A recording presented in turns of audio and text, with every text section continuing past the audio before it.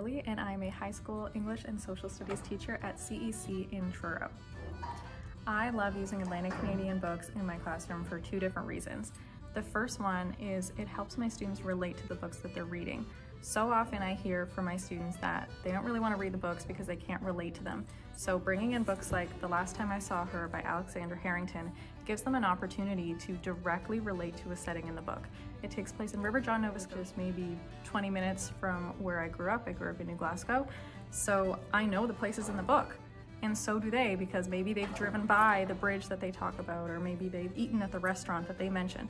So it gets them interested. I mean, when I first saw it and I saw where it was set, I couldn't wait to pick up the book. So that translates to my students as well. Another book that I love is If This Is Freedom by Gloria and Wesley. It talks about the story of Black loyalists living in Nova Scotia. And I think books like this help my students feel like they're not so far removed from history.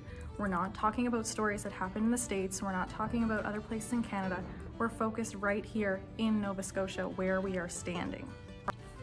Another reason I love looking at Atlantic Canadian authors is because it can inspire my students to maybe one day be an Atlantic Canadian author.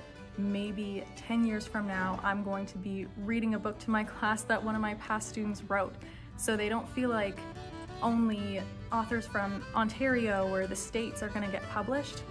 They can tell Nova Scotia stories, maritime stories from right here. They can be successful. And I really want all of my students to feel like they can be successful.